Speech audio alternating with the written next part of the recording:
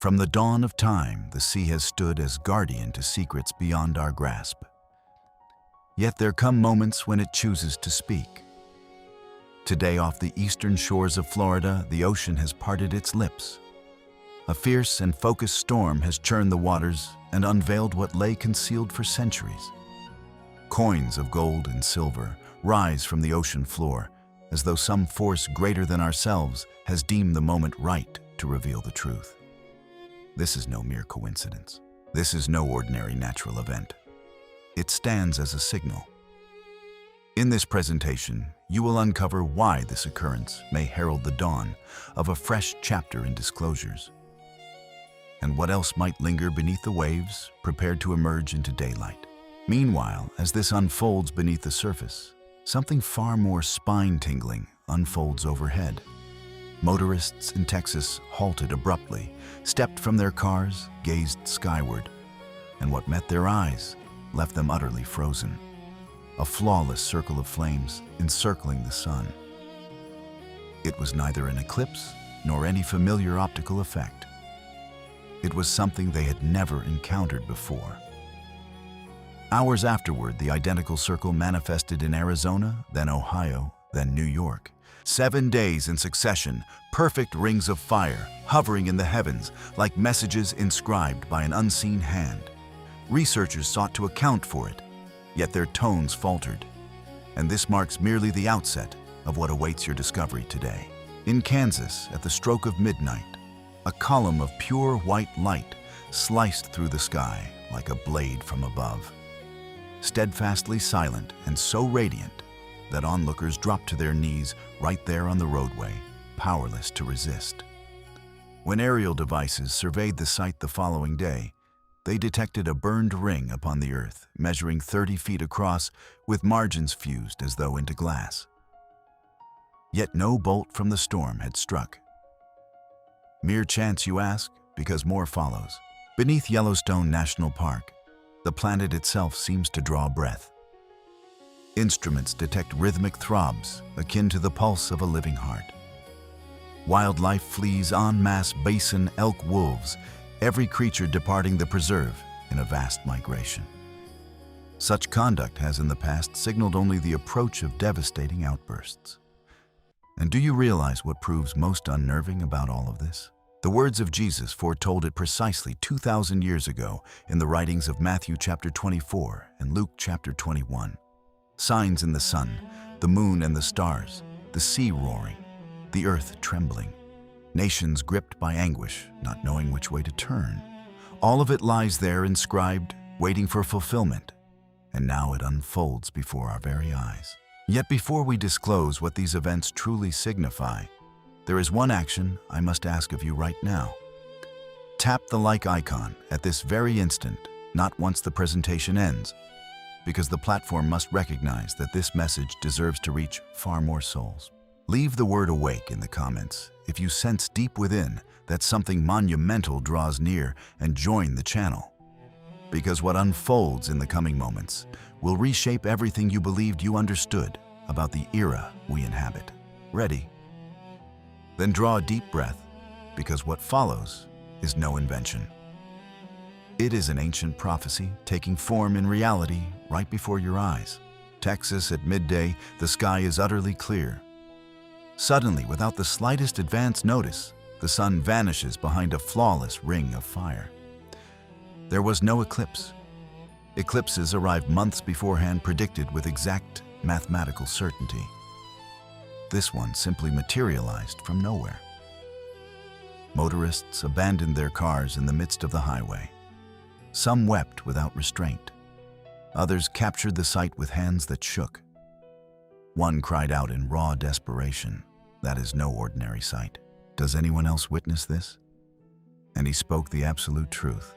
Meteorologists rushed to their screens, hunting desperately for answers. Refraction of light through ice crystals they offered with unsteady voices. Yet their account carried one vast flaw. No cirrus clouds drifted anywhere across the vault of blue, nothing capable of producing such an illusion. The heavens remained perfectly open, and still there hung a golden red band, throbbing around the King of Stars, as if traced by a brush from beyond. 3 hours later, Arizona reported the very same sight.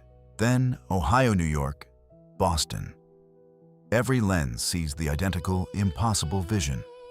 For 7 straight days, the sky blazed with that ring for 7 exact days. Coincidence? Mathematicians will assure you the odds stand astronomically remote, almost beyond belief.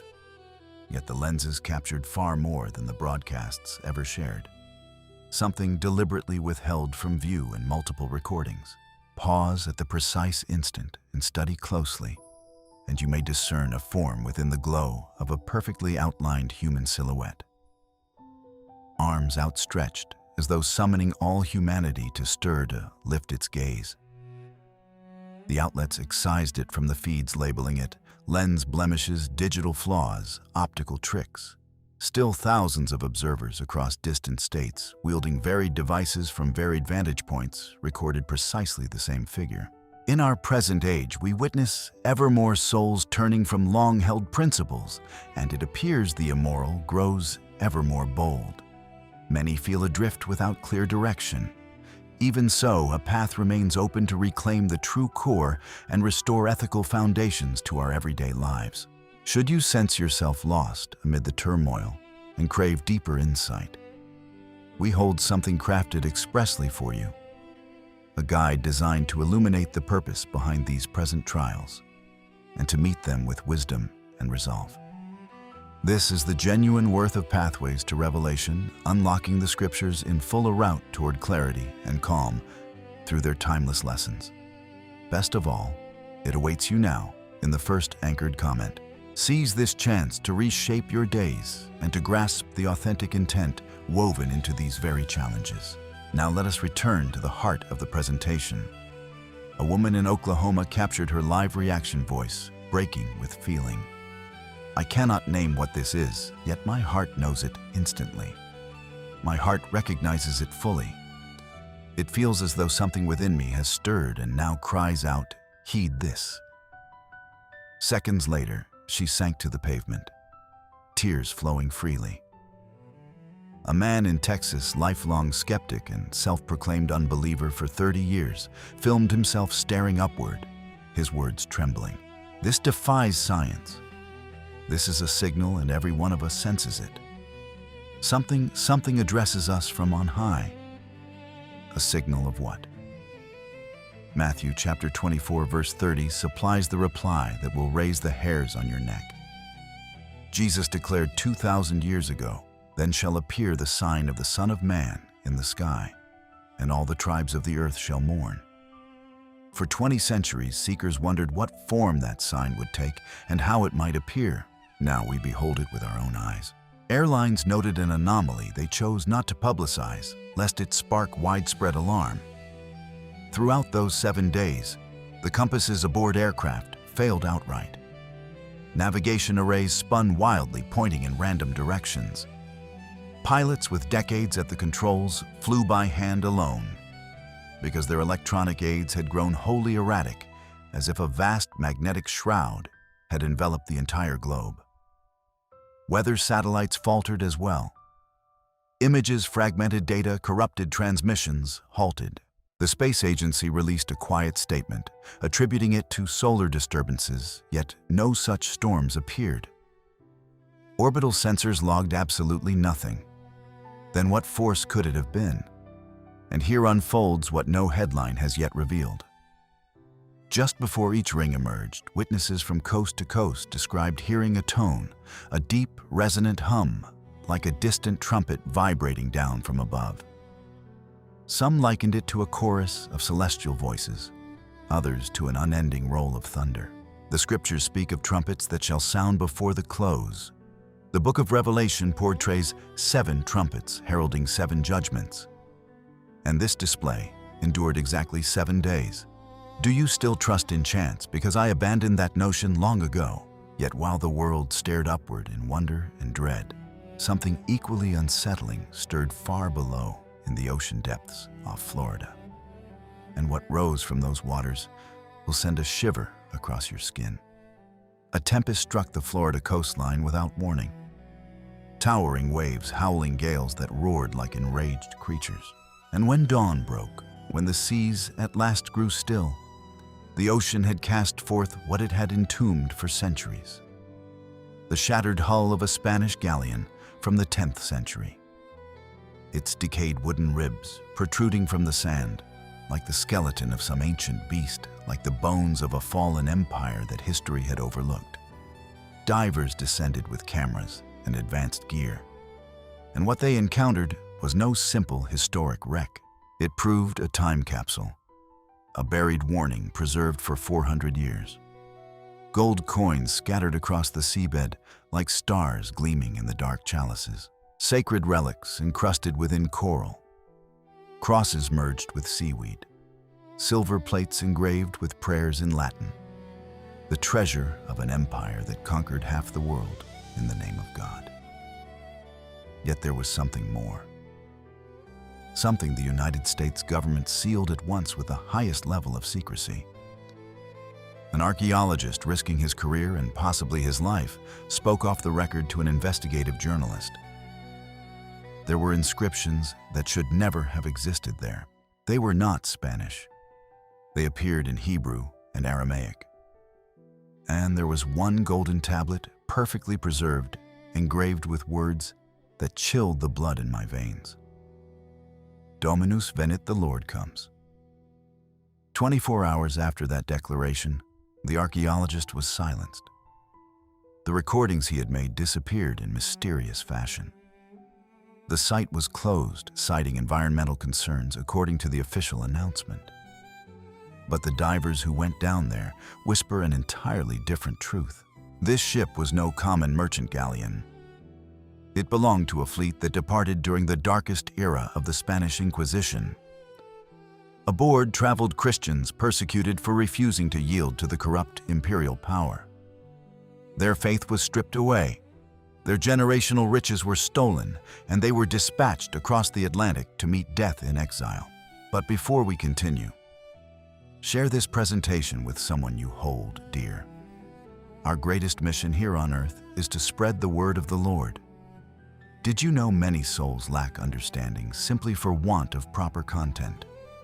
Send it to that WhatsApp group or post it on Facebook. I am certain you will not regret it. And if you enjoy presentations like this, one comment below, I want more. That way I will know you truly appreciate it, and I will surely bring similar new content. 400 years later, its tomb opens. Its treasures rise once more from the abyss, as though the ocean itself wished to testify, what was stolen shall be restored, what was concealed shall be revealed. Jesus stated it plainly in Matthew chapter 6, verses 19 through 21. Do not store up treasures on earth, where moth and rust destroy. For where your treasure is, there your heart will be also. This shipwreck serves as a perfect mirror. A nation obsessed with material wealth discovers ancient gold, and in that instant confronts a tempest no modern technology can halt. 3 days after the discovery, the sky above Florida turned blood red at sunset.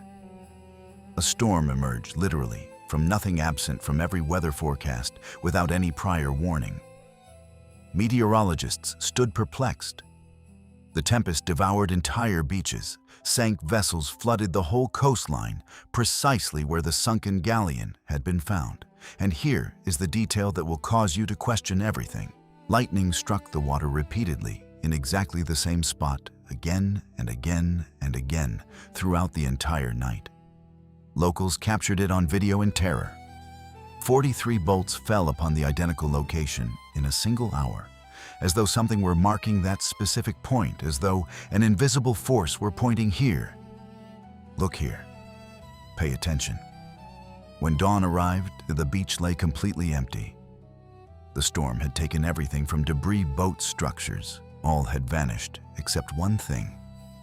An oxidized crucifix standing perfectly vertical in the sand, wrapped in seaweed, as though planted by an unseen hand, as though positioned deliberately to be discovered.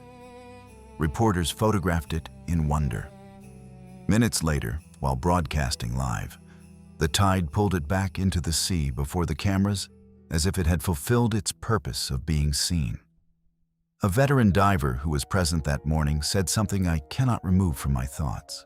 It feels as though the ocean wished to remind us that what was buried through greed shall one day rise to bear witness. The sea possesses memory, and it is speaking. Witness to what?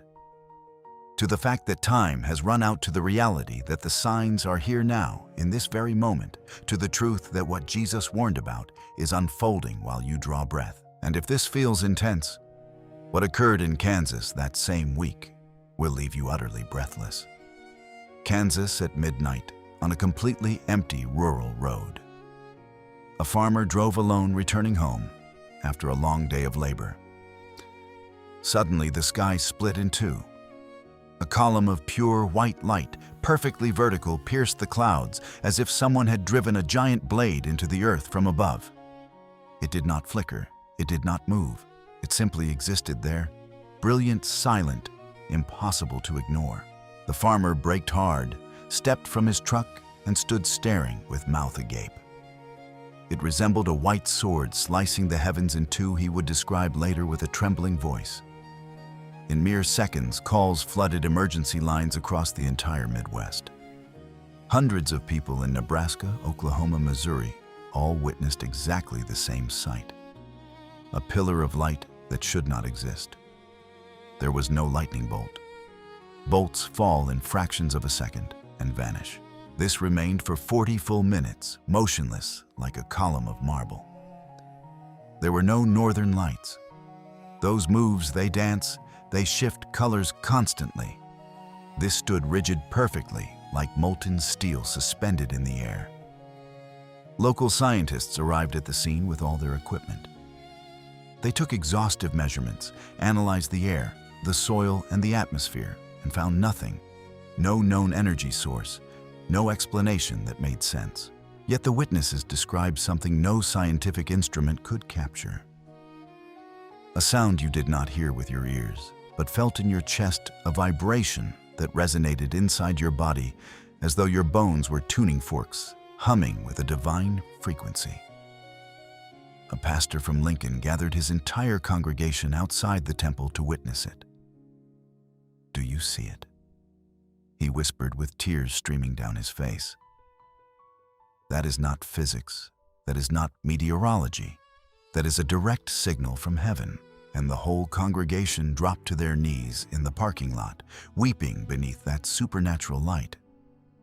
At daybreak, the pillar vanished as suddenly as it had appeared, yet it left something behind that no one can explain. County drones flew over the area to investigate and discovered a perfect circle upon the ground, 30 feet in exact diameter.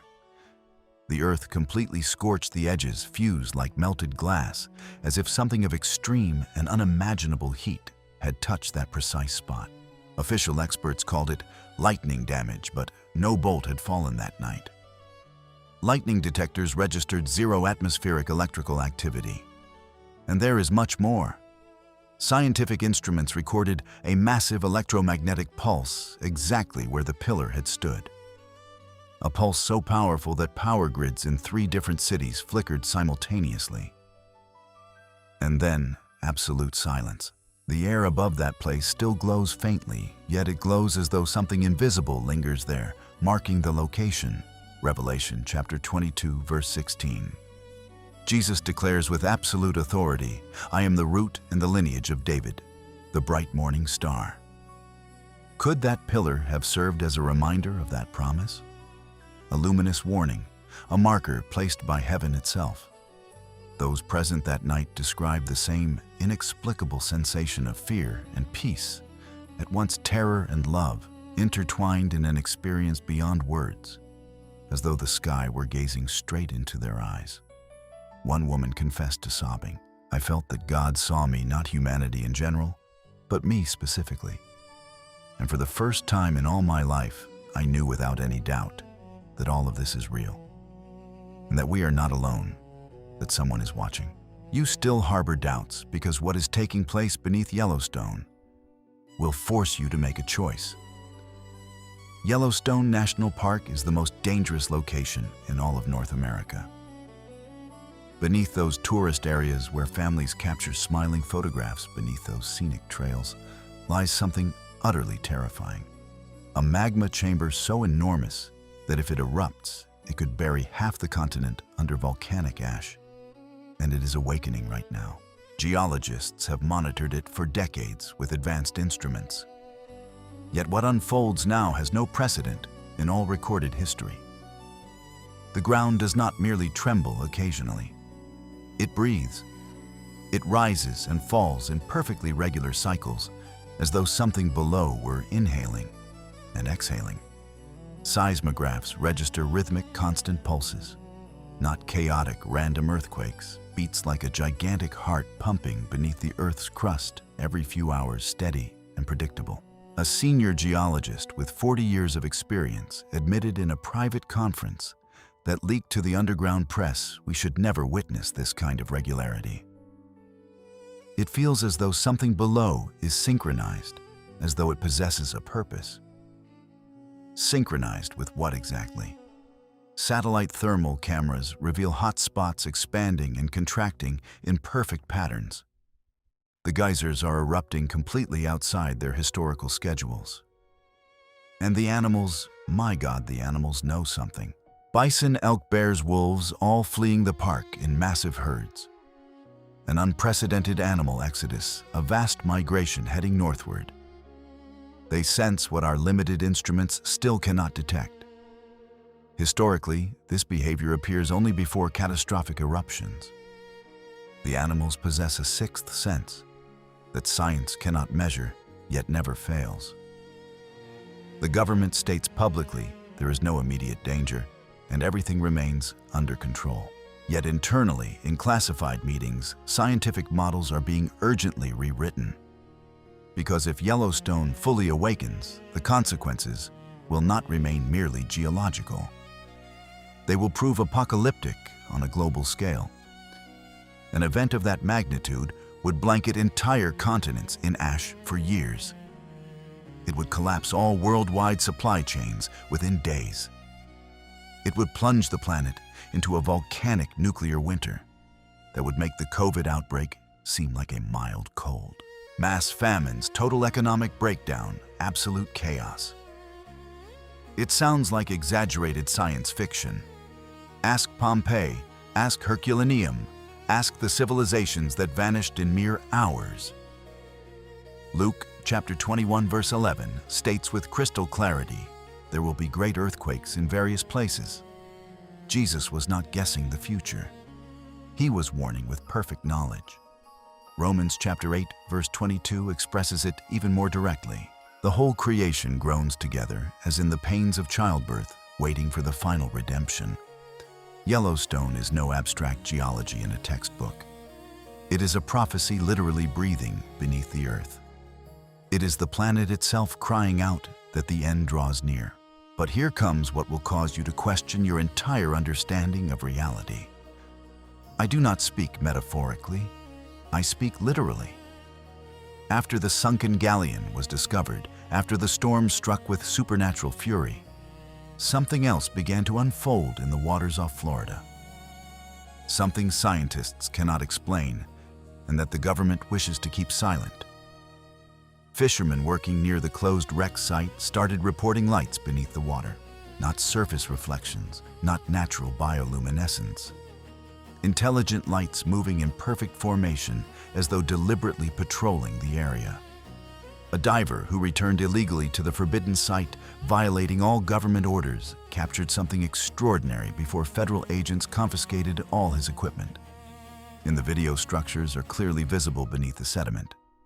Not natural coral, not random geological formations. Geometric structures carved in stone, covered by centuries of sand and seaweed. His voice in the leaked recording trembles with fear and awe. This looks, my God, this looks like a city, as though something had existed here long before the Spanish ship. Much, much earlier. The federal government erased the video from all official servers.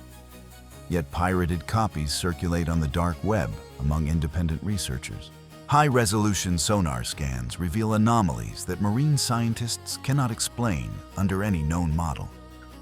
perfect straight lines, exact 90-degree angles, mathematically precise patterns, far too uniform and complex to result from nature. What truly lies beneath those forbidden waters? The book of Genesis speaks of giants who once walked the earth of cities submerged during the universal flood of secrets sealed until the time of the end. Daniel chapter 12 verse 4 prophesies clearly, many will run to and fro, and knowledge will increase exponentially. We live in a unique era where technology finally allows us to explore the depths that remain hidden. And if what emerges is not only ancient history, but prophetic warning, yet that is not the most spine-chilling of all. The most spine-chilling is what appeared in the sky above Florida immediately after these underwater discoveries. Florida at sunset. The sky is completely normal. Families on their porches sipping lemonade, children playing in yards, slow traffic heading home. Everything is utterly ordinary and routine. And then the sky tears open. There is no other way to describe it. The clouds arrange themselves into a shape impossible to ignore, impossible to rationalize, impossible to dismiss as coincidence. A form that every person recognizes instantly: an angel. It is not abstract, it is not vague, it is not something you squint at and imagine. Wings spread perfectly defined, a radiant body glowing with its own light, a face clearly gazing toward the earth. Some witnesses swear they saw hands extended downward, as though reaching, as though calling. Phones exploded with recordings from every angle. Thousands of people witnessed it simultaneously from different locations. This is no illusion when an entire city sees exactly the same form from multiple perspectives. Believers drop to their knees instantly. Skeptics stand frozen, unable to move. One woman screams at the top of her voice, "It is an angel. Please tell me you see it. I am not crazy." But what no one expects is what they feel. It is not merely visual. It is visceral, an overwhelming presence that strikes like an invisible wave. People who have never prayed in their entire lives begin weeping uncontrollably without understanding why. Declared atheists tremble in commercial parking lots. Entire families embrace tightly, feeling something indescribable they cannot name yet recognize in the deepest part of their being. A war veteran describes it. "I have been in combat. I have seen death up close. Yet when I saw that form in the sky, I felt something I had never experienced before. It was not merely a strangely shaped cloud. It was a direct message, and the message was absolutely clear. Prepare yourselves because time has run out." Hebrews chapter 1 verse 14 states, "Angels are ministering spirits sent specifically to serve those who will inherit salvation." Throughout the Bible, angels appear at the most crucial moments in history, announcing the miraculous birth of Christ, strengthening Jesus in his agony in Gethsemane, rolling away the massive stone from the empty tomb at the resurrection. If they are appearing now in our skies, what monumental event approaches? Meteorologists try desperately to explain it as an unusual cloud formation caused by wind patterns. Yet even they admit in whispers that the timing is deeply unsettling, to say the least. The shape appeared exactly while churches across the region held intense prayer vigils asking for spiritual revival. Temporal coincidence or direct response from heaven? And here is what will leave you completely speechless. In less than 1 week, Florida experienced 3 events impossible to ignore and impossible to rationalize as chance. First, a 4-century-old wreck emerges bearing hidden prophetic inscriptions. Second, an apocalyptic storm marks the location with repeated supernatural lightning strikes. Third, an angel manifests in the sky before thousands of simultaneous witnesses. 3 major signs in 7 days. 1 convergent message. How many more warnings do you need before you awaken? But if you believe that is all, wait. Because what is happening beneath the ocean off Florida is the most terrifying signal of absolutely all of them. Volusia County. A house collapses into the ocean live on television. National news presented it as tragic coastal erosion, explainable yet unfortunate. Another regrettable incident of climate change. Sad, yes, but understandable within scientific models. Except this is no normal erosion. It is something far worse. Something privately terrifying marine scientists. Ocean research vessels equipped with the most advanced sonar on the planet, exploring the Florida Strait, made a discovery that literally froze the blood in the veins of the researchers. Massive sinkholes opening in real time beneath the water. These are not ancient geological scars from millions of years ago. They are new living wounds forming in this precise moment while you read these words. Depressions hundreds of feet wide, deeper than a 30-story skyscraper. And they are forming right now, expanding and growing, while underwater drones record in high definition. The drones, fitted with cameras, descended to investigate the depths. The images they transmitted look literally from another planet, from another dimension. Giant columns of sediment swirling downward like liquid apocalyptic tornadoes, powerful ocean currents vanishing into black voids that appear bottomless. Chemical plumes glowing ghost-like in the absolute darkness. The ocean is not simply agitated. It is crumbling from within. A veteran oceanographer with 50 years of experience stated off the record to an investigative journalist, "It feels as though the seabed is liquefying in some manner, as though something is literally dissolving the ocean floor from below upward." Scientific theories fly about desperately collapsing freshwater aquifers under extreme pressure. Methane gas venting in massive quantities, unknown underground channels connecting gigantic reservoirs. Every explanation they propose only deepens the absolute terror.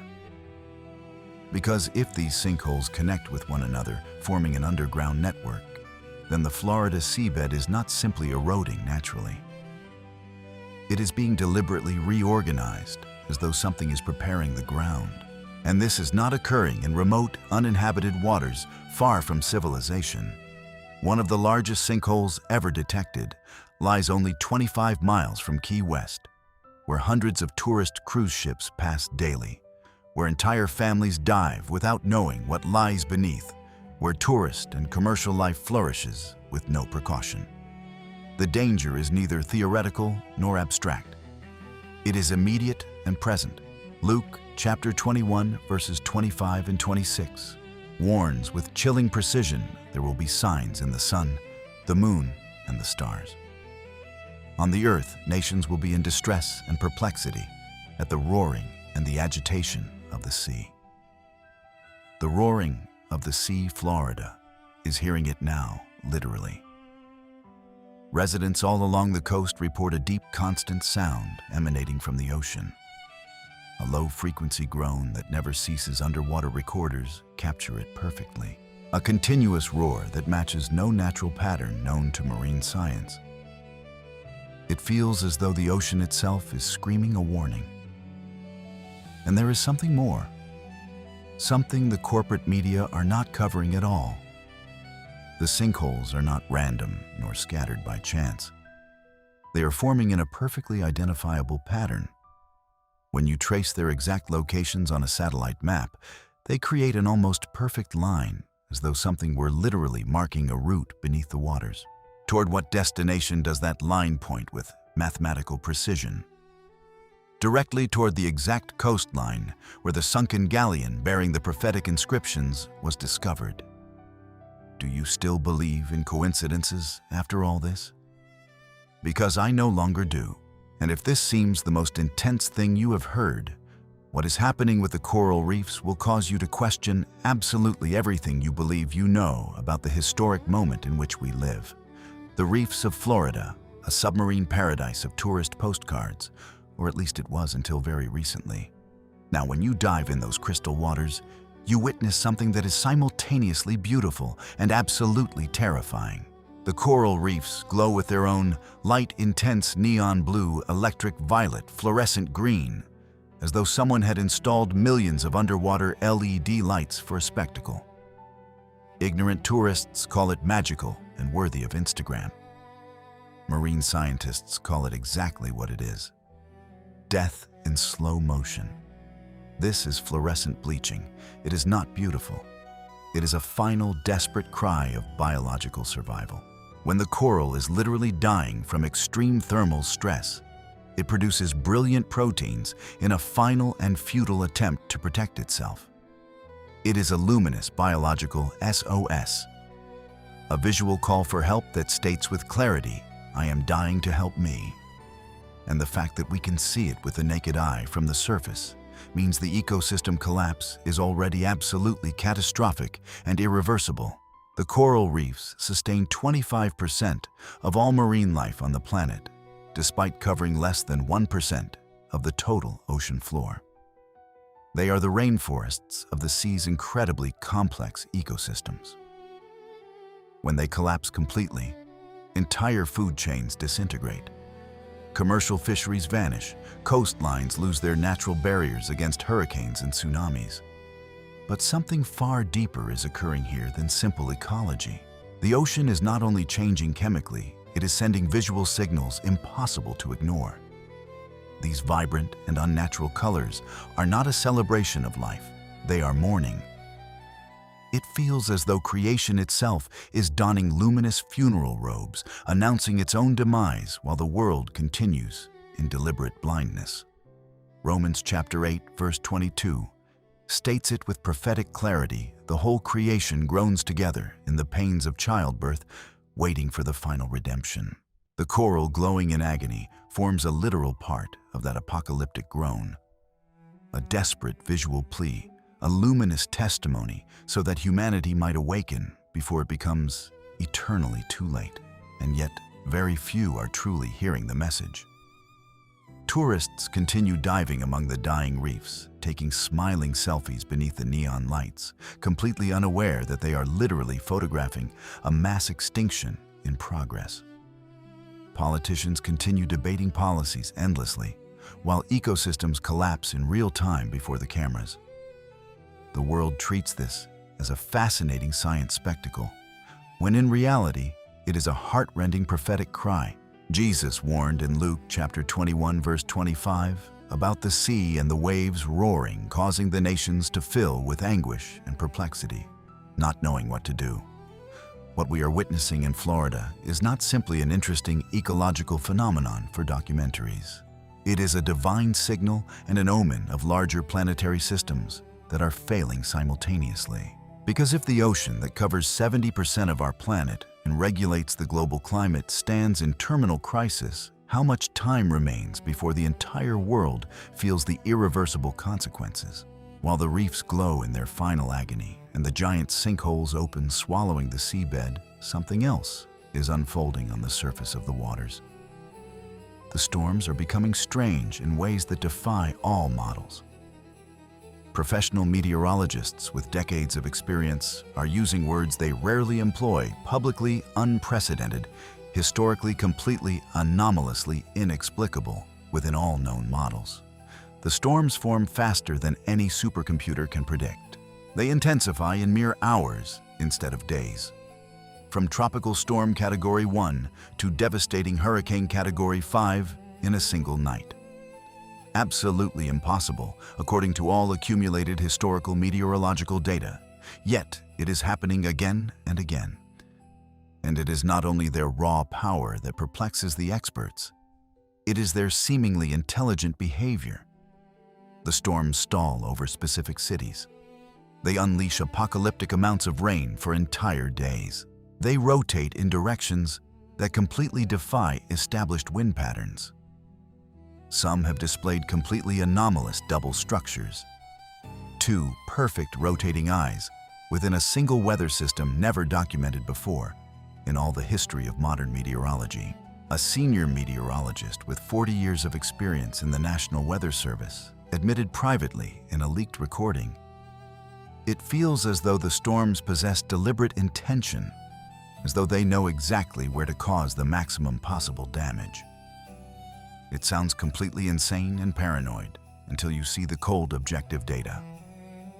The storms are striking repeatedly the same vulnerable areas: Florida, Texas, Puerto Rico, North Carolina. It is not random and evenly distributed bad weather. These are concentrated, precise, calculated bombardments. Could there be a divine purpose behind this? The Bible clearly shows God using nature to communicate with humanity, a global flood to cleanse the world of total corruption. 10 devastating plagues to free Israel from slavery, celestial fire to judge completely corrupt cities. Could these storms be more than simple meteorology? Could they be directed judgments with purpose? We are not claiming every hurricane is necessarily direct divine wrath, but the coordinated timing is absolutely impossible to ignore rationally. These catastrophic storms strike immediately after the reefs begin their final collapse. Glowing as a warning, the massive sinkholes open, swallowing the seabed, and the rings of fire appear encircling the sun. For 7 days, the angels manifest in the clouds before thousands of witnesses. The synchronization is not random. It is orchestrated like an apocalyptic symphony, each natural element playing its assigned part in a coordinated divine warning. And the main audience of modern humanity mostly remains asleep, entertained by social media, distracted by superficial politics, deliberately ignoring that the final song of judgment has already begun to play. Yet some are awakening rapidly. Churches report massive and sudden increases in attendance. Searches for biblical prophecy on Google have skyrocketed to historic levels. People who never prayed in their entire lives are asking desperately how to do it correctly. There is a spiritual hunger growing exponentially, a widespread visceral sensation that something absolutely monumental approaches at terminal speed. Jesus stated in Matthew chapter 24, verses 37 through 39, "With absolute prophetic authority, as in the days of Noah, so shall be the coming of the Son of Man. For in the days before the flood, the people were eating, drinking, marrying, celebrating, until the flood came and took them all without exception. The world continued in complete and comfortable normality until it became eternally too late to prepare." We are repeating exactly that same fatal mistake right now. Professional skeptics will say with arrogance, there have always been natural disasters in history, and technically, they are superficially correct. But never before have all these events converged simultaneously with this intensity. Never before have we possessed technology to document every anomaly in ultra-high definition in real time. Never before has the Word of God been so universally available, so that anyone can instantly compare current events with millennial prophecies. We are living in an absolutely unique historic moment. A turning point where science and scripture collide head-on, where materialist skepticism stands face-to-face with documented prophetic fulfillment, where obstinate denial confronts overwhelming and undeniable evidence. And what stands at stake could not be greater for every living soul. Before continuing with the next devastating section, make certain you have pressed the like button if this is resonating in your spirit. Comment "awake" if you feel this is completely real. And share this presentation urgently, because there are people in your life who desperately need to see this before the window of grace closes forever. Section 10. And the President prophesies judgment. Now comes the most shocking part of absolutely everything you have heard thus far.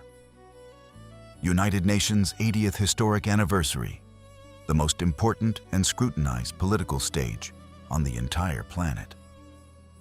Look, the President of the United States slowly ascends the central podium. The whole world awaits the usual diplomatic speech, trade policies, and economic negotiations, carefully calibrated geopolitical strategy. But what emerges from his mouth freezes the room in deathly silence. Your countries are going straight to hell. Absolute, uncomfortable, total spine-chilling silence. And he repeats it again and again without retracting. Not in a campaign rally where exaggeration comes expected, not in a partisan address crafted to energize his supporters. This unfolded before international ambassadors, heads of sovereign states, leaders of the world's most powerful nations, at the most documented, archived, and analyzed moment in all of global diplomacy. This was no conventional political critique. It stood as a spiritual verdict delivered with authority. Reject the absolute truth. Mock Israel. The chosen people despise divine justice, and the inevitable destiny is eternal hell. International political commentators desperately attempt to dismiss it as a blunt and unrefined political style. Yet there exists one enormous problem they cannot explain.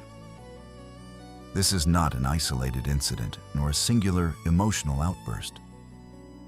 In Ohio, months earlier, he publicly warned that the current path of America would end inevitably in hell. Analysts laughed derisively, treating it as exaggerated populist rhetoric. In Texas, exactly the same.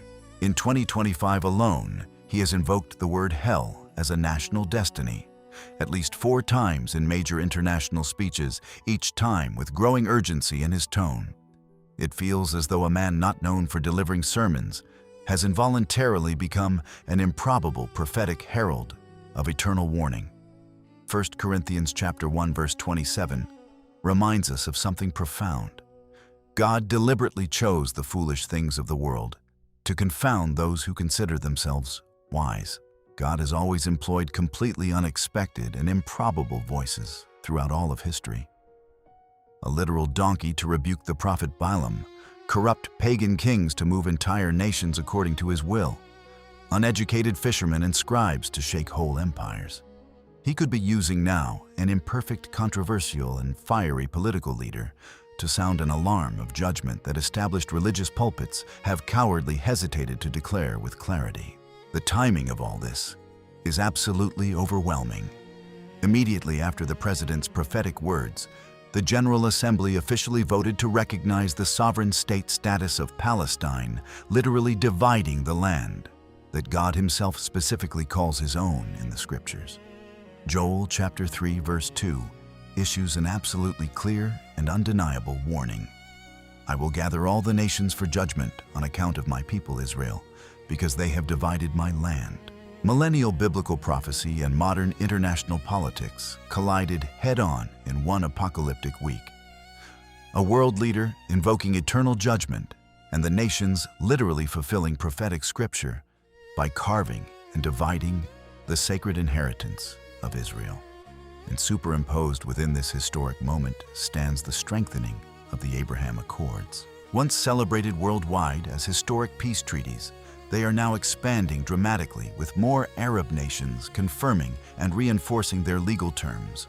Daniel chapter 9 verse 27 predicts prophetically he will confirm a covenant with many for one prophetic week. A covenant specifically linked to the temple, an eventual catastrophic betrayal. The original Hebrew implies specifically strengthening what already exists beforehand. What do we see developing today before our eyes in real time? World leaders fortifying and expanding diplomatic agreements in the name of peace and security. Precisely the exact language of the prophecy. The president's words are not the final signal of the apocalypse. They serve as a powerful opening note, a thundering prelude in a much larger and more terrifying symphony. And that prophetic symphony is not only resonating in elegant halls of political power, it is resonating in the earth itself, trembling violently, dividing literally, and crying out that the final hour stands dangerously near. Earthquakes are no longer isolated events. They are birth contractions, exactly as Jesus warned in Matthew chapter 24, verse 8. The frequency accelerates the intensity, and the scientific patterns defy human predictions. The earth itself becomes an involuntary preacher of the coming judgment. Turkey, Syria, Morocco, Nepal, Japan, Indonesia. The names change, but the pattern remains. Growing devastation in various places. These are no geological coincidences. They are divine warnings written in the language of disaster, engraved upon tectonic plates by invisible yet omnipotent fingers. Daniel chapter 9 verse 27 does not mention the temple casually. It stands as the epicenter of all apocalyptic chronology. Without a rebuilt temple, certain prophecies remain incomplete. And precisely now, right in this historic moment, the preparations for that temple are more advanced than at any point in the last 2,000 years. The Temple Institute in Jerusalem does not work in theories. They labor in tangible reality, meticulously woven priestly garments, musical instruments, reconstructed according to exact biblical specifications, finalized architectural blueprints, identified construction materials, trained priests waiting. Everything stands prepared. Only one thing is missing: political authorization. And that authorization will arrive exactly when the prophetic covenant of Daniel chapter 9 verse 27 is confirmed. All things converge toward that singular and terrifying moment. Jesus himself in Matthew chapter 24 verse 15 warns specifically about the abomination of desolation spoken of by the prophet Daniel. Christ personally validates the prophecy and amplifies it. This is no allegorical interpretation. It is a literal instruction for apocalyptic survival. What is this abomination? The precise moment when the one who confirmed the covenant breaks it violently.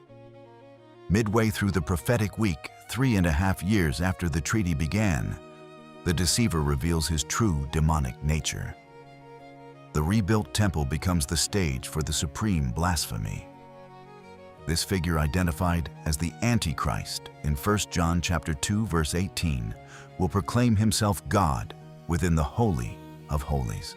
2 Thessalonians chapter 2 verse 4 describes it with surgical precision. He opposes and exalts himself above everything that is called God or is an object of worship, so that he sits in the temple of God, as God making himself out to be God.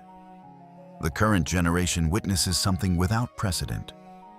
Multiple prophecies converging simultaneously. Not one isolated sign, not 2 or 3 scattered indicators. Dozens of prophetic markers aligning like celestial constellations, announcing the final event. Israel was restored as a nation, Ezekiel. Chapter 37 fulfilled in 1948. Jerusalem under Jewish control, Luke chapter 21 verse 24, fulfilled in 1967. Knowledge increases exponentially.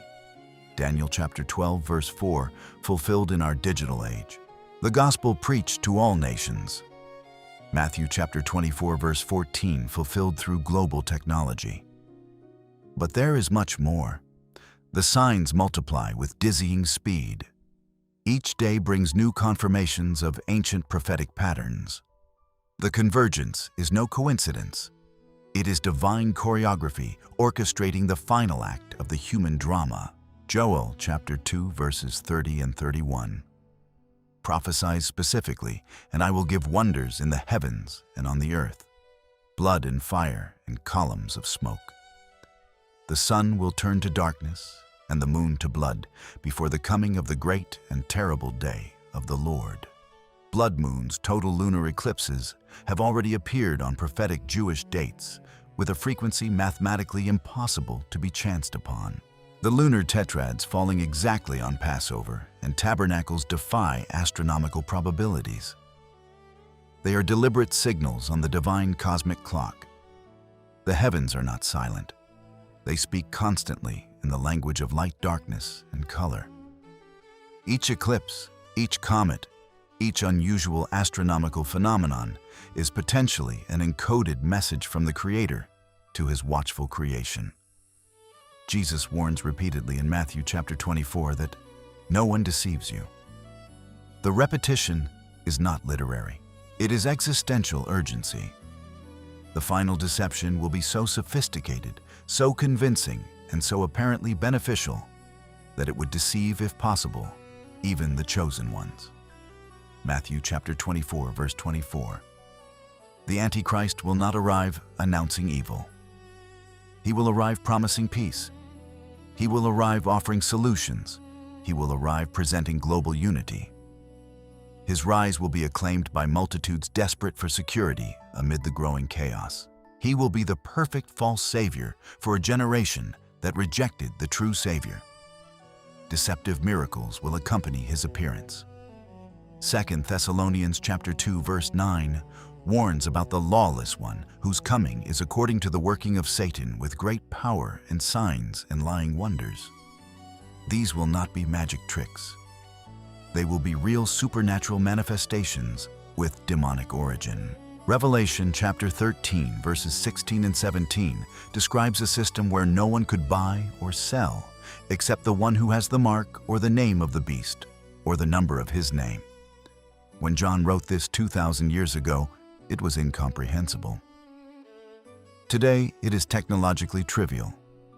Centralized digital currencies, universal biometric identification, subcutaneous chips, social credit systems, omnipresent artificial intelligence surveillance. The infrastructure for global totalitarian control does not merely exist. It is being actively implemented under pretexts of convenience and security. Each technological innovation brings humanity one step closer to the apocalyptic control system. Not because technology is inherently evil, but because it will be perverted for purposes of absolute domination by the regime of the Antichrist. 2 Thessalonians chapter 2, verse 3. Prophesies, clearly let no one deceive you in any way, for it will not come unless the apostasy comes first and the man of sin is revealed. Apostasy is not outward atheism. It is internal abandonment within apparently Christian religious structures. Entire churches abandon fundamental doctrines. The exclusivity of Christ dissolves into inclusive syncretism. Biblical authority submits to contemporary feelings. Sin is redefined as personal preference. Divine judgment is discarded as archaic intolerance. This doctrinal decay is not accidental. It is spiritual preparation of the ground for massive acceptance of the final deception. A generation that rejects absolute truth will easily accept the convincing lies of the Antichrist. Jesus teaches in Luke chapter 21, verses 29 and 30, "Look at the fig tree and all the trees, when they already sprout, seeing it, you yourselves know that summer is already near." The fig tree traditionally represents Israel in the scriptures. Its prophetic sprouting occurred on the 14th of May, 1948. That date was no historical coincidence. It was prophetic fulfillment against humanly impossible odds. A people scattered for 1900 years miraculously preserved without land or government, returning exactly as Ezekiel, Isaiah, Jeremiah, and other ancient prophets foretold. And Jesus specifies in Matthew chapter 24, verse 34, "Truly I say to you, that this generation will not pass until all these things happen." What a generation! The one that sees the sprouting of the fig tree. The generation of 1948. A biblical generation typically spans 70 to 80 years. The mathematics are sober and overwhelming. When the covenant of Daniel chapter 9, verse 27 is finally confirmed, the final countdown of 7 years begins. There will be no ambiguity. It will not be debatable theological interpretation. It will be an observable and verifiable international political event. That moment will mark the beginning of the 70th week of Daniel. The first 3.5 years will bring deceptive peace. The temple will function. The sacrifices will resume. The world will celebrate the miraculous solution to the most intractable conflict in human history. But midway through the period, exactly as Daniel prophesied, the traitor will reveal his true nature. The sacrifices will cease violently. The abomination of desolation will profane the holy place. And the great tribulation described in Revelation as a period of suffering without parallel in human history will begin. The book of Revelation details meticulously the sequence of divine judgments: 7 seals, 7 trumpets, 7 bowls. Each series intensifies in severity. Each specific judgment has deliberate divine purpose. These are not poetic symbols of abstract spiritual struggles. They are literal events that will devastate the physical earth. Biological plagues, astronomical catastrophes, economic collapses, wars of annihilation, all described with prophetic detail 2 millennia ago. The descriptive precision of John is remarkable. He describes combat helicopters, nuclear weapons, and chemical warfare with first-century language. His locusts, with iron breastplates and tails like scorpions, reflect modern military technology seen through ancient eyes. Another converging prophecy the coalition described in Ezekiel chapter 38, Russia-Magog leading an alliance of specifically named nations, Persia, Iran, Ethiopia, Libya, Turkey, invading Israel in the latter days, when the people brought from the nations dwell securely. This exact coalition never existed in history until our generation. Russia and Iran are now firm military allies. Turkey has distanced itself from the West and NATO. The geopolitical pieces of the prophetic puzzle are in position. The prophecy specifies that this invasion will be destroyed supernaturally by direct divine intervention, not conventional Israeli military victory. Divine annihilation so dramatic that it takes 7 months to bury the corpses and 7 years to burn the weapons. Revelation chapter 16 verse 16 names the specific place Armageddon Mount Megiddo in Israel. This valley has been the scene of countless historic battles. It will be the scene of the final battle of human history. All the nations of the earth will converge militarily toward Israel. Not by rational strategy, Israel is tiny and without comparable resources, but by demonic supernatural compulsion. Revelation chapter 16 describes unclean spirits gathering the kings of the earth for the battle of that great day of God Almighty. In that moment of imminent annihilation of Israel and apparent total victory of evil, the heavens will tear open. Christ will return visibly gloriously with all the heavenly armies. Revelation chapter 19 describes his arrival with devastating detail for his enemies. 2 Peter chapter 3 verse 9 explains the apparent delay. The Lord does not delay his promise, as some count it slowness, but is patient toward us, not wishing that any should perish, but that all should come to repentance.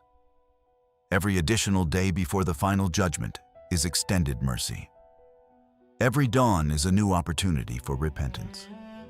Every sunset without the return of Christ is an undeserved grace, allowing more people to reach salvation.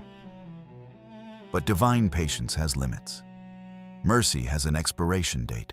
Genesis chapter 6 verse 3 records the divine warning before the flood. My spirit will not contend with man forever. The long-suffering of God is real, but not infinite. Matthew chapter 24 verse 42 orders explicitly, watch therefore. For you do not know at what hour your Lord will come. Therefore you also be ready, because the Son of Man will come at an hour you do not expect. Vigilance does not mean terrified passivity. It means deliberate life with holiness, purpose, and joyful expectation. It means recognizing the signs without falling into panic. It means genuine spiritual preparation without specific date speculation. True preparation is not stockpiling canned food or ammunition.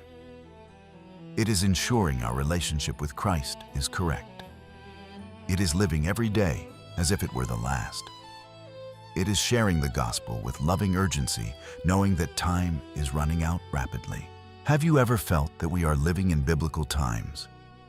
What you are about to witness will leave you completely paralyzed. At this moment, while we record this presentation, supernatural events are shaking America in ways that defy all human logic. Imagine this: millions of doves flying in chaotic patterns that appear like celestial writing. Perfect rings of light suspended in the firmament like portals to another dimension. Tornadoes roaring like 1,000 trumpets of divine judgment. A sunken ship emerging from the waters like the Ark of Noah. Earthquakes splitting the earth in places where they had never occurred. But that is only the beginning, because we have also documented something that will rob you of sleep. Sounds of trumpets resounding from the sky in the dead of night. Radiant figures of Christ appearing above the clouds. Churches consumed in mysterious flames. Rivers turning to blood. and a society collapsing before our eyes. These are not tales. These are not coincidences. This is biblical prophecy unfolding in real time upon American soil. If you feel in your spirit that these are not normal times, if something inside you resonates with divine urgency, then do not move from here, because what you are about to discover could change forever your understanding of the historic moment we are living. Give it a like if this message moves something profound in your soul. Share your thoughts in the comments and subscribe, because these revelations cannot be ignored. Time is running out, and the signs are screaming louder than ever. Everything began with something so beautiful, it proved terrifying. Across America, witnesses beheld extraordinary spectacles of migratory birds flooding the skies in massive numbers. Thousands rose suddenly with the wind changing direction without any warning. From the ground, the spectacle resembled rolling waves through the heavens. Clouds of living movement dispersing and reforming in strange figures as though driven by an invisible hand. At times, the flocks twisted into spiral circles and patterns that seemed almost from another world. The sound of the wings was deafening, filling the air with a thundering rhythm that caused many to stop, gaze upward, and wonder what message was being written in the firmament. Maria Gonzalez, a nurse from Kansas, recorded with trembling hands while thousands of doves formed a gigantic whirlpool above her city. "I have never seen anything like this," she whispered into the phone. It was as though the Holy Spirit himself was dancing in the air. My heart beat so strongly, I thought I would faint. In South Dakota, a farmer named Thomas Mitchell described how the birds flew in perfect cross formation for more than 20 minutes. My grandchildren were crying, but not from fear, but from something deeper. It was as though their souls recognized something sacred, he confessed with tears in his eyes. In Texas, Sarah Williams, mother of 3 children, captured on video how the birds literally wrote the letter J in the sky. When I saw that shape, I fell to my knees immediately. I knew it was Jesus speaking to us. She shared on social media, where her video reached millions of views. Ornithologists tried to explain these behaviors as altered migratory patterns caused by climate changes or disturbed magnetic fields. But even the most skeptical scientists admitted that the synchronization and precision of these flights defied conventional explanations. In the Bible, birds are frequently employed as signals messengers that remind humanity of the sovereignty of God over creation. Job, chapter 12, verses 7 through 10 declares, "Ask the beasts, and they will teach you the birds of the heavens, and they will show it to you. In his hand is the soul of every living thing, and the breath of all mankind." What could these erratic patterns in the skies be telling us today? Many who witnessed the scenes felt uneasy. These were no peaceful migrations, but urgent and chaotic explosions movements without apparent order, as though nature itself were sounding an alarm. The scriptures remind us in John chapter 3, verse 8, "The wind blows where it wishes, and you hear its sound, but you do not know where it comes from or where it goes. So everyone is born of the Spirit. Just as the wind moves freely, so does the Spirit, often in ways that confound human expectations." The chaos of these birds carried a message. Creation is restless, agitated by forces beyond human control, echoing the turbulence that will soon come. Earthquakes splitting the ground, volcanoes erupting with firestorms, tearing apart cities. Romans chapter 8, verse 22 declares, "We know that the whole creation groans together and is in the pains of childbirth until now." These unusual patterns in the sky could be a prophetic mirror of that groan, warning us to awaken before the great day of the Lord. The lesson is clear. These are no coincidences. The Spirit of God is alive and active, urging us to prepare. The migration of the birds, transforming into strange forms, becomes a living parable, unexpectedly unstoppable and undeniable. It is both comfort and warning. Comfort because the Creator still speaks through nature. Warning because judgment approaches rapidly. Doctor, in this present world, We see more and more people turning against traditional principles, and it appears the immoral grows ever more present. It is common to feel disoriented and without direction.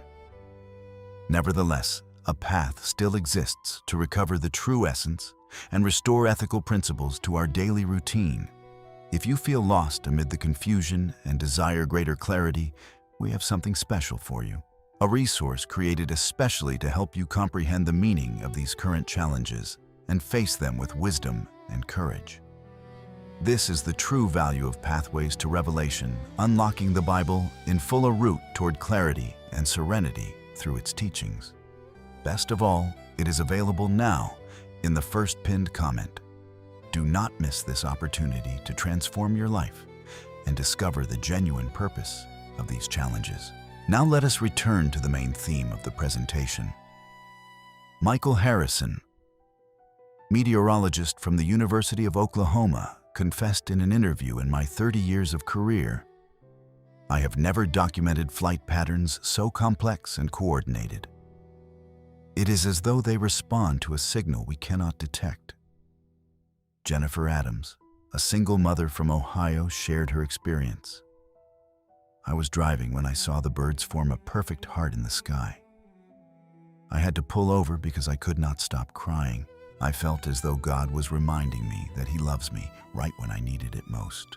But before we continue, share this presentation with someone you hold dear.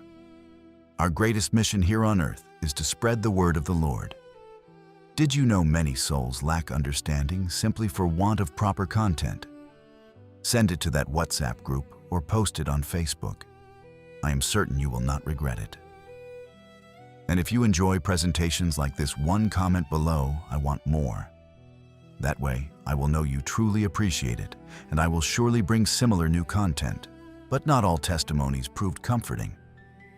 In Alabama, a war veteran named Robert Stone described a more somber experience. The birds flew in skull formation over our town. It lasted nearly an hour. People began screaming and running. It seemed like a warning of death. These contrasting testimonies point to a profound truth. Divine signals speak different messages to different hearts. For those in Christ, they can bring peace and confirmation. For those in rebellion, they can bring terror and conviction. Pastor David Rodriguez of a church in New Mexico organized prayer vigils after his congregation witnessed bird formations that appeared like angels flying. We could not ignore what our eyes beheld. It was as though the sky itself was preaching, he testified. The prophetic migration of the doves became the first chapter of a much larger story that was about to unfold across America. A story written not in books, but in the heavens themselves. Shortly after the doves startled spectators with their restless flight, another wonder appeared over the nation. This time etched in the very structure of the firmament, perfect rings of smoke and light were seen hovering high above the skies of Virginia, Texas, and Nevada. Witnesses described them as enormous halos suspended in the air, motionless, refusing to drift with the wind. For several long minutes, they remained fixed, as though an invisible hand had drawn the outline of eternity against the canvas of the sky. Reactions were immediate and divided. Some people pulled out their phones, broadcasting the strange sight. Their voices trembled as they tried to describe what their eyes could barely comprehend. "It is as though the heavens are being marked," whispered a man in Virginia. Others responded with reverence, dropping to their knees, raising their hands toward the sky, and crying out in prayer. For them, this was no mere curiosity, but a sacred signal, a direct call from above. Elena Martinez, a grandmother from Texas, described how her entire family gathered in the backyard when a gigantic ring appeared over their house. It was so perfect and so beautiful. "My 5-year-old granddaughter said, 'Grandma is the crown of Jesus.' I did not know how to answer because I thought the same," she shared with tears. In Nevada, a group of construction workers completely halted their labor when a circle of golden light appeared directly above the construction site. Miguel Santos, the team foreman, recalled, "The roughest men I knew were weeping. One of them, who had never stepped foot in a church, removed his hard hat and began reciting the Our Father. And if you wish to know more details and unique explanations about biblical prophecies and the revealed events, know that you can delve even deeper. Simply look below this presentation search for the Become a Member button and press it. Thus you will receive exclusive content prepared for those who desire to understand the hidden truths. Scientists, of course, hurried to explain. They suggested the rings were nothing more than aircraft exhaust, forming unusual smoke patterns, fireworks leaving circular trails, or atmospheric conditions producing temporary illusions. Yet even as they explained, the questions lingered. Why do such formations appear not once, but in multiple states within the same season? Why do they endure two perfect and defined resisting winds that should have torn them apart? The explanations may calm the mind for a moment, but they do not silence the deeper unease stirring in the human soul. Dr. Patricia Williams, meteorologist with the National Weather Service, admitted that technically these phenomena can be explained by lenticular cloud formations or atmospheric reflections, but the frequency and perfection we are observing falls outside normal parameters. The Bible speaks directly to such wonders.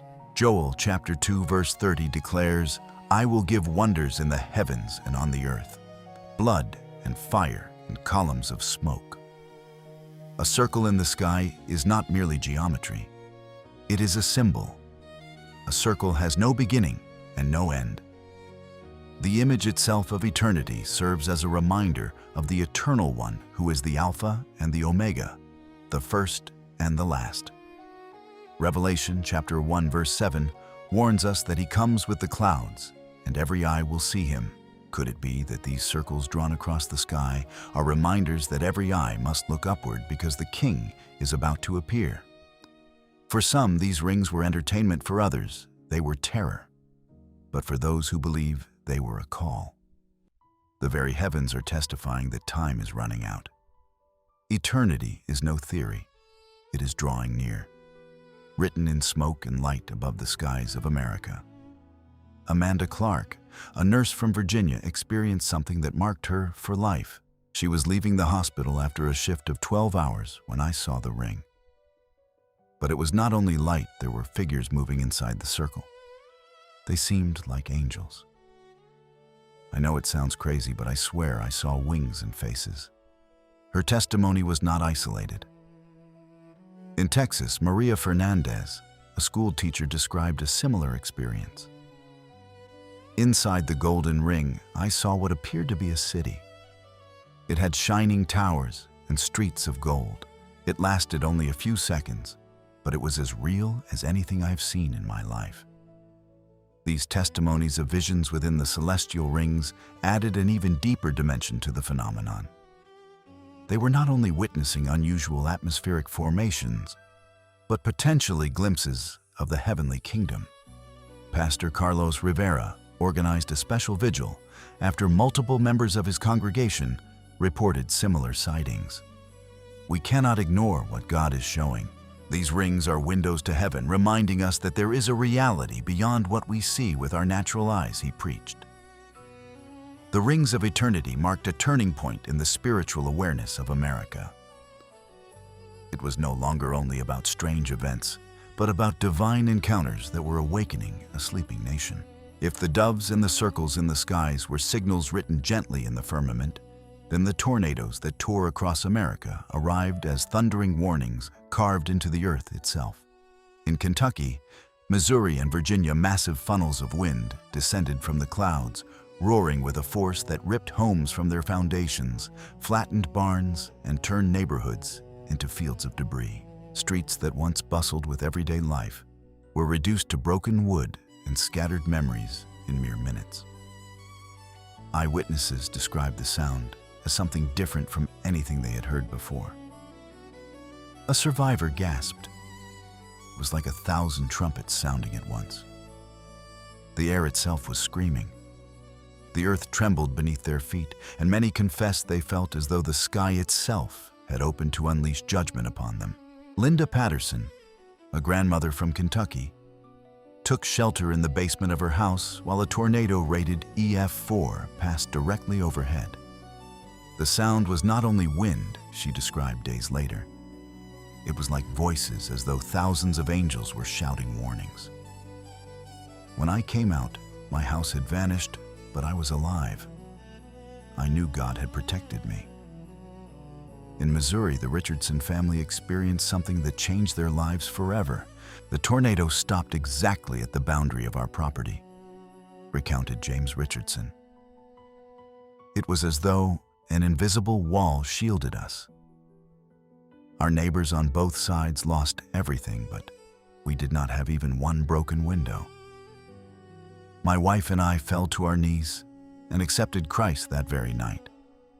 But not all stories had miraculous endings. In Virginia, Pastor Michael Thompson lost his church and his home in the same tornado.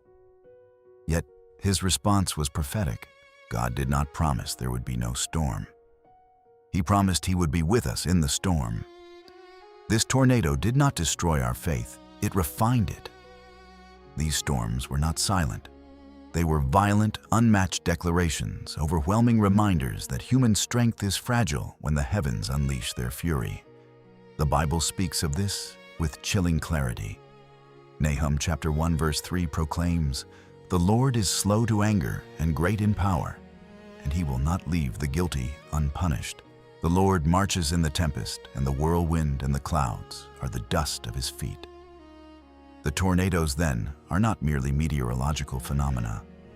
They are living parables, manifestations of the power of God that point to His authority over creation. The whirlwind is His pathway, the storm His shadow. Dr. Emily Rodriguez, meteorologist with the National Hurricane Center, made an unsettling observation. We are seeing tornado patterns that do not follow traditional predictive models. It is as though they are being directed by a force we cannot measure with our instruments. Spiritually, the tornado is more than destruction. It is revelation. It strips away the illusions of security. The houses, businesses, and possessions to which people cling for stability vanish in a breath of wind. In the same way, lives built on weak foundations of pride, wealth, or worldly comfort cannot withstand when the final storm arrives on the day of the Lord. Jesus Himself warned in Matthew chapter 7 verse 27 that the house built on sand will collapse when the storm comes. And yet, even within the terror, there is hope. The storm reminds us of our desperate need for refuge, not in walls of wood or stone, but in the eternal refuge of Christ. He is the only rock that cannot be shaken from the shelter on the day of wrath of the ark, in the flood of judgment. Sarah Michelle, a young mother who lost her home but saved her children, testified, "When the tornado took everything we possessed, I realized the only thing that truly mattered was in my arms, my babies, and my faith. God showed me I had been building my security on temporary things." The tornadoes that swept across America were no meteorological accidents. They were only wake-up calls. The winds scream, the trumpets resound, and the whirlwind reminds us the King comes. Will we be swept away, or will we be found hidden in Him? The most unsettling phenomenon reported during these tornadoes was the presence of inexplicable sounds.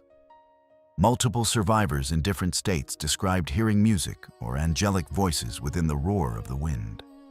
Rebecca Garcia, a resident of Oklahoma, swore she heard a choir singing "Holy, Holy, Holy" while a tornado rated F3 passed over her underground shelter. It was not my imagination. My husband heard it too. It was as though the sky was worshiping in the midst of judgment, she related. In Kansas, the farmer Robert Johnson reported something even more specific.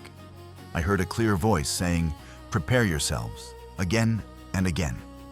It was stronger than the wind, as though it came from within the storm itself. These auditory testimonies added a supernatural dimension to what were already physically devastating events. For believers, they confirmed that these tornadoes were not simply natural phenomena, but divine manifestations with spiritual purpose. Emergency teams also reported anomalies. The fire captain David Wilson from Missouri described how we have responded to tornadoes for decades, but these were different.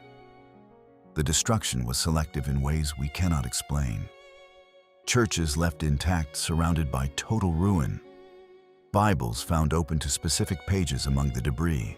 In the aftermath of the devastating floods across America, while the waters swallowed streets and rivers overflowed their banks, something unexpected emerged beneath the currents.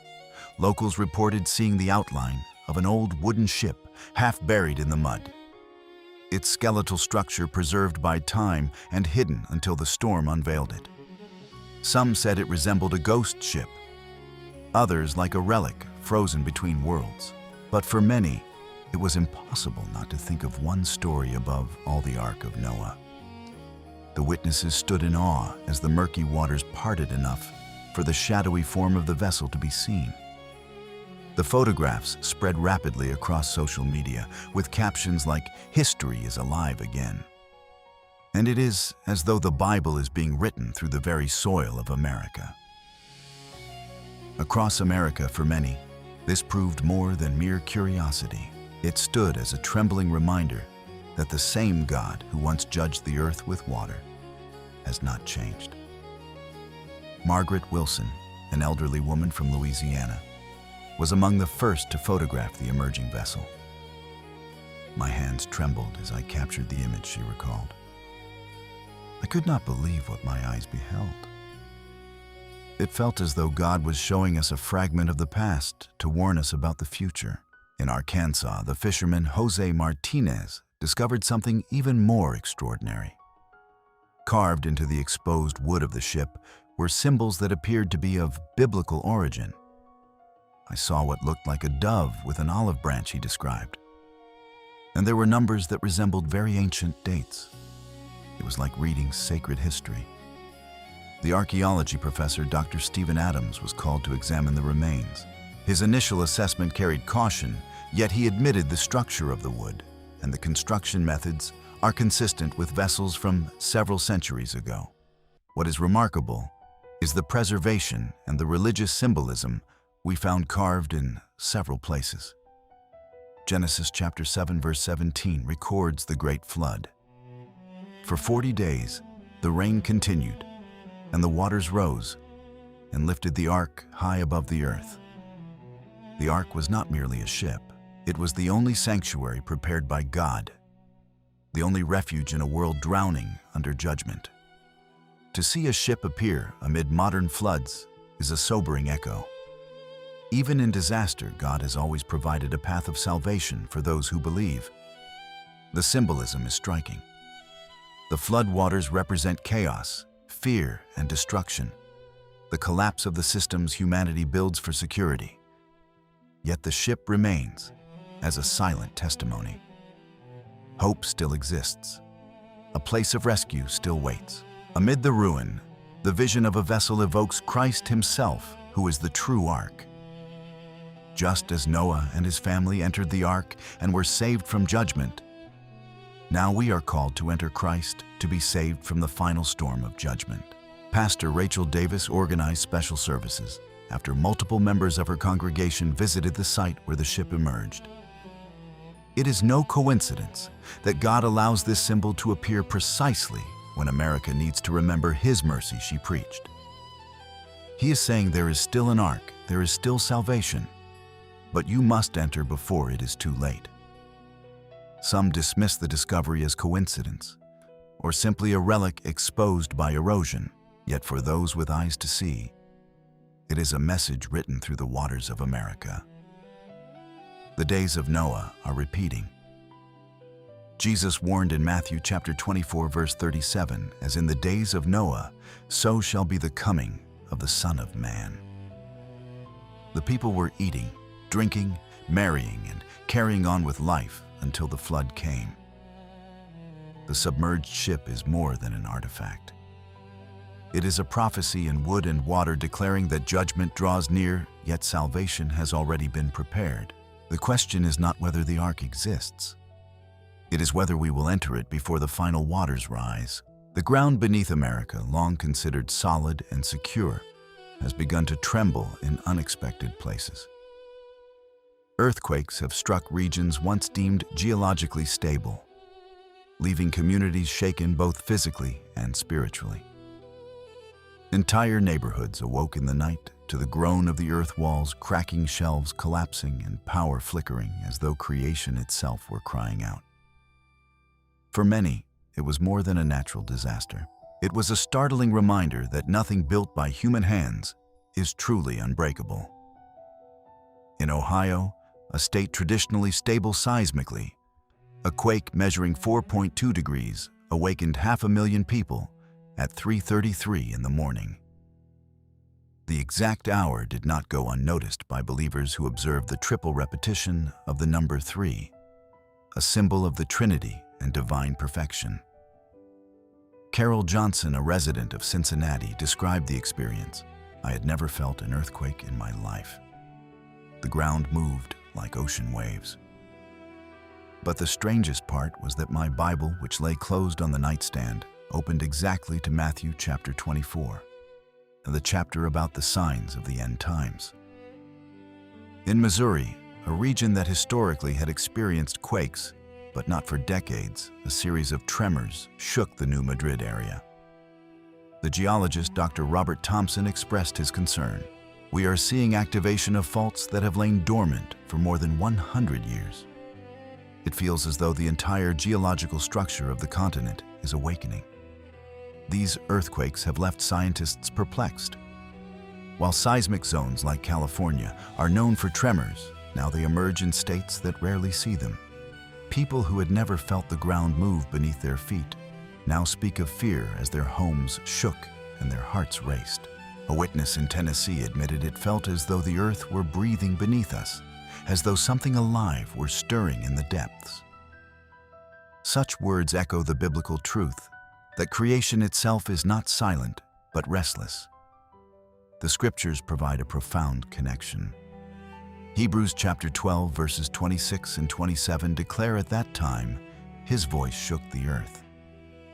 But now he has promised, saying, "Yet once more, I will shake not only the earth, but also the heavens." This phrase, "yet once more," indicates the removal of things that can be shaken, as things made so that what cannot be shaken may remain. These earthquakes are not only geological events. They are prophetic pictures. The shaking of the ground reflects the shaking of societies, governments, economies, and even the human heart. What is unstable will fall. Only what is rooted in God will endure.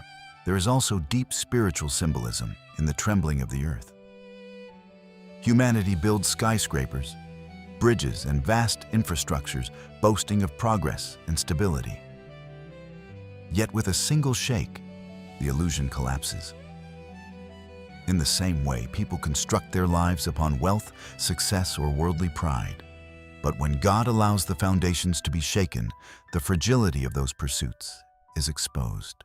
As Jesus taught in Matthew chapter 7, verse 27, the house built on sand will collapse when the storm comes, and by extension, the shaking.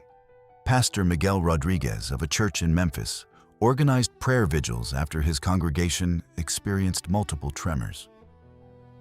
"These earthquakes are not random," he declared. "They are reminders that we cannot place our trust in earthly foundations. Only Christ is the solid rock." Yet even in these terrifying events, there is a message of hope.